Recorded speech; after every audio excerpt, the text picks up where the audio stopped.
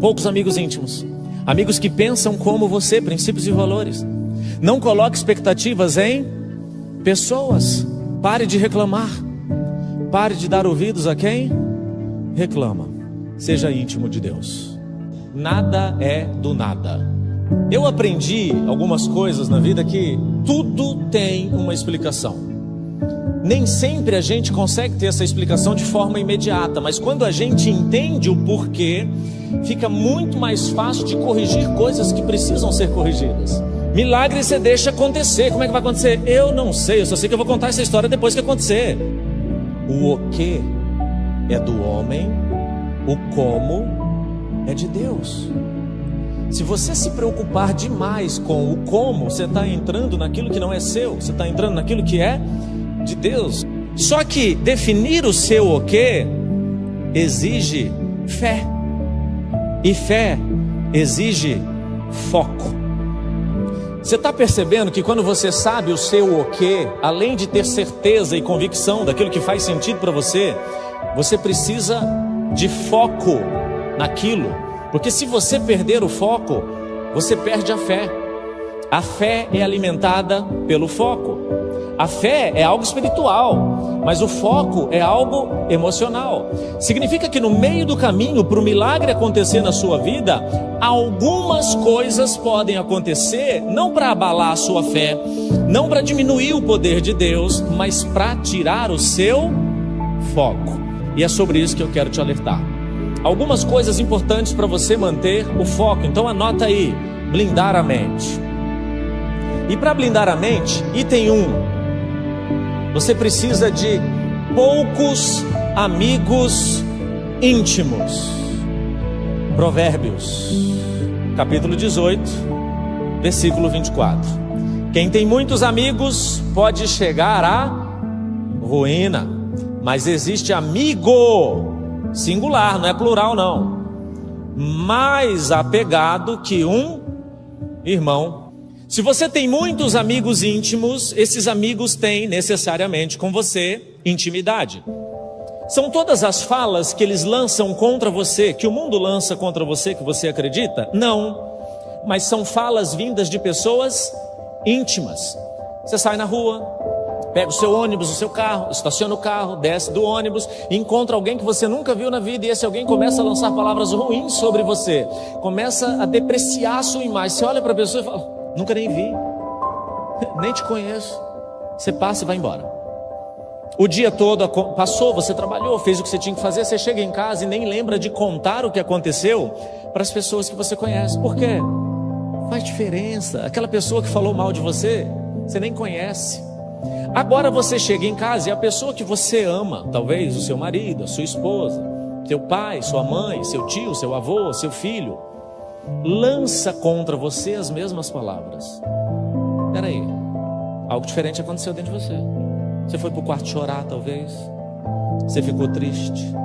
Por que você levou a sério uma palavra lançada por alguém que você ama e não levou a sério a mesma palavra lançada por um desconhecido, uma pessoa que você nunca viu?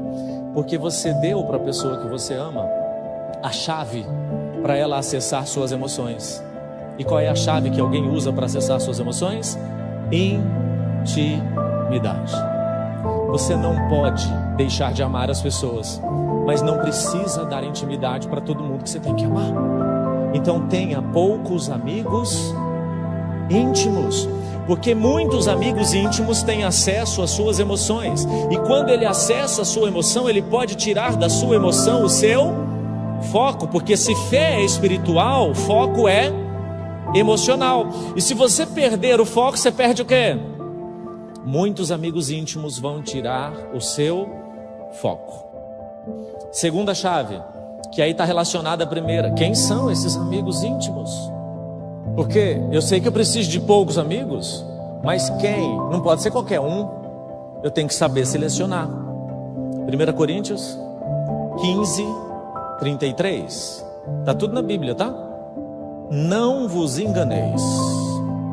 As más conversações corrompem os bons costumes. Existe uma outra tradução que diz: as más companhias corrompem os bons costumes. E nessa versão que fala que as más companhias corrompem os bons costumes, é uma versão que diz que companhia é aquilo que eu tenho como relação de quê? Intimidade. Então a gente volta para aquela chave anterior. Tenha poucos amigos íntimos, mas agora quem são esses poucos? Pessoas com princípios e valores semelhantes aos meus. Quando o seu como é executado por causa das suas emoções, ele é o quê? Imperfeito. Quando ele é feito por Deus, ele é perfeito. E foi feito na sua vida. E quem é que vai contar essa história? Você. Só que você precisa permitir. E para permitir, hoje mesmo você já vai fazer uma lista de pessoas que não podem ser amigos. Se essa lista é grande, é escolha sua. Você que escolheu ser amigo de um monte de gente. Você faz as suas escolhas e as suas escolhas fazem você. Um adulto só pode ser ferido em suas emoções se ele permitir. E ele permite por falta de conhecimento. Aí um adulto ferido não pode fazer escolhas que geram consequências permanentes. Por quê? Porque ele vai fazer escolhas com base na sua dor. Então, antes de fazer uma escolha que gera uma consequência permanente, cure as suas dores. Um amigo íntimo, ele entra na sua casa, senta no seu lugar, abre a sua geladeira, não precisa pedir. Quantos amigos assim? Pouquíssimos. Mas você pode receber visita na sua casa? Pode. Você entendeu a diferença de visita, colega e amigo? Amigo íntimo, poucos amigos. Muitos amigos vai te levar para a ruína, vai tirar do foco. E quem são os poucos amigos? Aqueles que são o oposto da má companhia. As más companhias corrompem os bons costumes. Você entendeu que vai corromper quem já tem bons costumes? Vai corromper pessoas o quê? Convictas, fortes naquilo que é o certo. Não vai corromper o bobinho, gente. O bobinho já foi corrompido antes. Andar com gente que pensa diferente de você vai fazer você pensar diferente. Você vai lá e apresenta Jesus para a pessoa. Se ele não aceitar, você volta. Não fica muito tempo, não. Vocês me entenderam? É nesse lugar que você arruma os seus bons amigos. Pessoas que pensam como você. Perfeitas? Não. Mas que tem momentos perfeitos. E que olha a imperfeição e se arrepende. Que o erro não é uma rotina, não é uma regra, é um desvio. E é percebido. Os nossos filhos, por exemplo, não querem pais perfeitos, eles querem pais honestos. E pais honestos não são aqueles que não erram. São aqueles que reconhecem o erro de forma rápida, perdoa de forma rápida. Quando você honra alguém que merece honra, a consequência é imediata. Quando você não se arrepende, a consequência também é imediata. A vida que você está vivendo hoje é fruto de tudo que você escolheu, sem saber o que você talvez deveria saber para fazer as escolhas certas. Tenha poucos amigos íntimos para não perder o foco. Quem são esses amigos íntimos? Pessoas que têm princípios e valores semelhantes aos seus colegas podem pensar o que quiser, seus amigos têm que acreditar no mesmo Deus que você acredita. Então imagina você num grupo do WhatsApp onde tem um monte de gente falando de vamos fazer isso, vamos fazer aquilo, e você não pode, porque você sabe que não pode. Mas você está ouvindo, a sua mente começa a considerar. Você não precisa fazer o errado, você só pode considerar o errado, já perdeu o quê? O foco. Poucos amigos íntimos, esses amigos têm que pensar como você. Próximo. Não coloque suas expectativas em pessoas. Salmos, capítulo 62, versículo 5. Somente em Deus, ó minha alma, espera silenciosa, porque dele vem a minha esperança. De quem? De Deus. Eu espero em quem? Em Deus. Tá, seu marido pode fazer algo? Pode. E é um bônus, é um plus, isso é sensacional. E você pode fazer? Pode. Seu chefe, você pode ter? Sim, mas não coloque toda a sua expectativa em homens. Pare de reclamar. Tem gente que acha que reclamar é, meu Deus, eu me sinto bem, Márcio, reclamando. Eu gosto de reclamar e tal. Você não reclama, você está despejando nas pessoas a sua dor. Ou você contagia as pessoas com a sua esperança, ou você contamina com a sua dor. Não tem como ser indiferente a isso. Não tem como passar pela sua vida, pelo planeta, sem interferir na vida das pessoas. Agora, se você reclamar, você está despejando a sua dor nas pessoas. Pare de reclamar. Onde é que está na Bíblia? 1 Tessalonicenses, capítulo 5, versículo 18. Em tudo dai graças, porque esta é a vontade de Deus em Cristo Jesus para convosco. Agora vamos só entender esse versículo.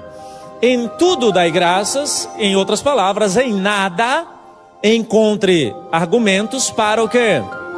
Reclamar. Agora tudo acontece do jeito que você quer?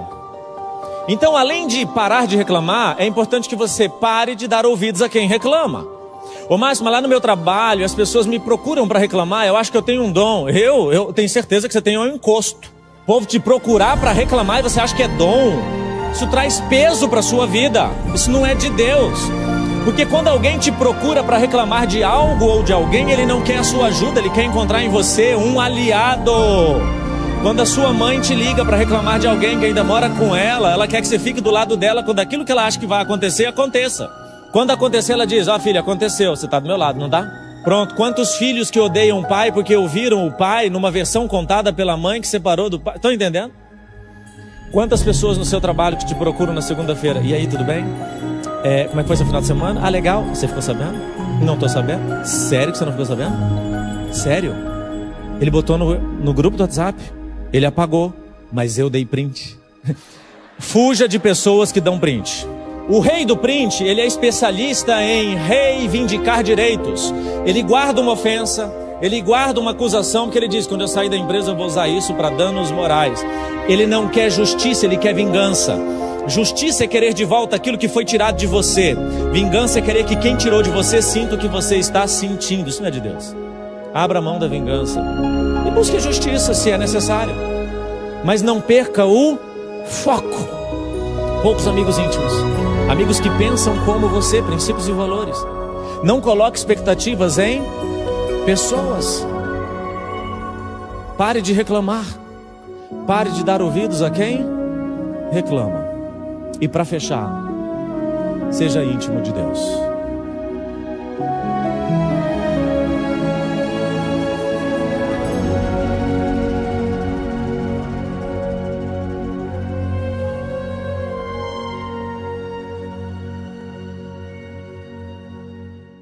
Porque a gente acredita em recomeços, porque a gente acredita em ressurreições, porque a gente acredita na possibilidade de você refazer sua vida, porque a gente acredita na reinvenção da sua história e porque a gente acredita que é possível você renovar o seu espírito para continuar lutando pela vida. Pela ideia de que a vida não está pronta, de que a história de ninguém aqui hoje está definida. O que você está fazendo é vivendo um momento que não necessariamente pode ser bom, mas que seguramente ele não precisa se concretizar e definir toda a história da sua vida. Você pode se refazer, você pode se reinventar, você pode renovar o seu coração para o enfrentamento de situações, de momentos que são difíceis e que você não gostaria de estar vivendo. E fazemos tudo isso porque sei que é difícil. A reinvenção é muito difícil. Você renovar o teu coração é difícil. Todos os caminhos são difíceis. Mas nós fazemos isso baseado sempre com o chão da graça e do amor. Eu não tenho que refazer a minha vida por uma obrigação. E Deus é um grande Big Brother que está lá no céu com um caderno na mão só. Não conseguiu refazer. Ponto negativo. Não conseguiu se renovar mais um domingo, pois mais um ponto negativo. Porque parece que a gente está na luta de tentar algumas coisas e Deus está no céu só anotando as nossas falhas. Não, nós fazemos isso no chão da graça e do amor. Exatamente porque é o Você não conseguiu? Então refaz. Então recomeça. Porque Deus nunca se cansa dos nossos novos começos, foi isso que eu aprendi. Porém, muitas vezes é difícil acreditar nisso. Acreditar em renovo, acreditar em reinvenção, acreditar em recomeçar algumas coisas pode ser uma tarefa bastante difícil. Porque existem momentos da nossa vida que os dias ficam absurdamente nublados e essa neblina é densa, a gente não consegue enxergar as coisas muito ali para frente. A gente até ouve algumas coisas, mas a gente não escuta. A gente ouve como um exercício mecânico, mas a gente não escuta, que é um exercício espiritual, de colocar dentro do nosso coração algumas verdades e a partir delas conseguir viver e a partir delas de fato conseguir mudar. Às vezes as nuvens que impedem os nossos olhos são tão pesadas que a luz até tenta atravessar, mas a neblina impede. Até a luz se esforça para mostrar para a gente um caminho, mas a densidade do problema, a densidade das nossas questões são tão pesadas que a luz não consegue passar. E em dias assim, em períodos assim, o nosso coração fica extremamente abatido, cansado, e olhamos para a vida sem muitas perspectivas, sem muitas possibilidades para encararmos o dia de amanhã. Talvez você fez um planejamento financeiro muito legal para fazer a viagem dos teus sonhos com a tua família, e aí o desemprego bateu na tua porta, e aquele dinheiro guardado para fazer a viagem tão sonhada vira arroz com feijão. Você fez o planejamento, você foi muito organizado, aí lá do outro lado do mundo dá um problema na bolsa asiática, e isso reflete aqui, e o teu plano de materializar alguma coisa vai por água abaixo, e você fica extremamente frustrado. Você pode estar aqui hoje ser um motorista absurdamente prudente, não tem nenhum ponto na carteira, nunca foi multado, nunca nem arranhou o carro, mas uma noite você está andando, do outro lado tem uma pessoa irresponsável que bebeu todas, está dirigindo absurdamente embriagado, perde o controle do carro e dá de frente com o teu carro, e isso pode trazer inclusive problemas físicos para a tua vida. Você estudou, fez todos os cursos possíveis, foi atrás, trabalhou o teu currículo, mas o emprego que você tanto queria ficou na mão de uma pessoa que é namorado do sobrinho, do tio da pessoa que escolhe o indicado. E aí de repente você olha para a tua vida e diz, quer dizer que tudo isso que eu fiz não valeu a pena. E a gente começa a olhar a vida da maneira mais terrível possível, porque é muito difícil lidar com as injustiças. Dou esses 4 exemplos, poderia dar mais uns 50 de possibilidades, de dificuldades que todos nós enfrentamos na vida. Situações como essa podem gerar em nós aquilo que, sabe, aquele sentimento de que a noite é inútil, aquele sentimento de noite não é um período, sem noite é aquele coisa que se instala, que sufoca, que abafa e tira de nós e oprime o nosso coração.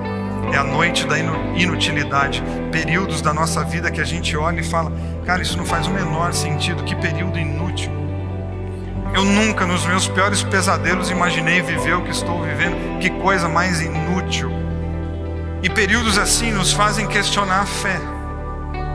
Porque dependendo de onde você veio, de onde você iniciou a tua caminhada de fé, talvez você recebeu a proposta de que fé em Deus é exatamente não viver as noites da inutilidade, porque Deus vai sempre jogar o sol e a tua vida vai ser para frente, sucesso o tempo todo e alegria, full time, e você vai e toca a vida para frente. E aí de repente vem a vida e fala, opa, não é assim não. O exame deu ruim, o desemprego chegou, a crise financeira está aí e o teu carro está batido. E aí a gente questiona o quê? A aleatoriedade, o acaso da vida? Não, a gente questiona a fé. E a questão está onde? Na fé em si ou na proposta que nós aceitamos sobre fé? Que vantagem que leva então? Fé. Porque fé não é fazer com que tudo dê certo. Fé é continuar mesmo quando tudo dá errado. Você precisa colocar isso no teu coração para que a tua vida de fé não seja aquilo que te culpa. Fé não é você conseguir fazer com que tudo na tua vida dê certo. Fé é exatamente você continuar vivendo, continuar tentando, continuar lutando, exatamente quando tudo dá errado. É exatamente aí que entra a fé. Uma pessoa de fé é o que é? Aquela pessoa que está sempre tudo bem, ela passa o dia na piscina tomando caipirinha. Uma pessoa de fé, não, você não precisa ter fé para fazer isso. Não, a fé entra exatamente quando ela faz sentido e ela se mostra relevante, ela se mostra forte quando as coisas dão errado, e mesmo que elas estejam dando errado, eu não questiono quem Deus é, eu me preparo para enfrentar a vida, porque os problemas não têm a ver com a minha quantidade de fé, meus problemas têm a ver com um fato. Sabe qual é o fato? Que você está vivo. Problema é característica de gente viva, já percebeu? Esse teu coração bombando sangue, essa tua respiração aqui enquanto você me escuta, significa que você tem potencial para ter um monte de problema. Se o teu coração parar, resolve. Os teus, porque da pessoa que está do teu lado, você arranja um outro problema para ela. Não, a vida é exatamente lidar com essas questões difíceis. de notícias que a gente não quer. Isso não tem a ver com a quantidade de fé, porque fé não altera situações, fé altera nosso comportamento diante das situações. A tua fé não mexe com o mundo, a tua fé mexe com você, para você lidar com o teu mundo. Fé é você abrir o coração, o teu coração, para Deus fazer algo incrível dentro de você, que é você continuar mesmo quando a vida se torna extremamente difícil. Isso é fé. Fé diz respeito à maneira como você responde às perguntas que a vida te faz.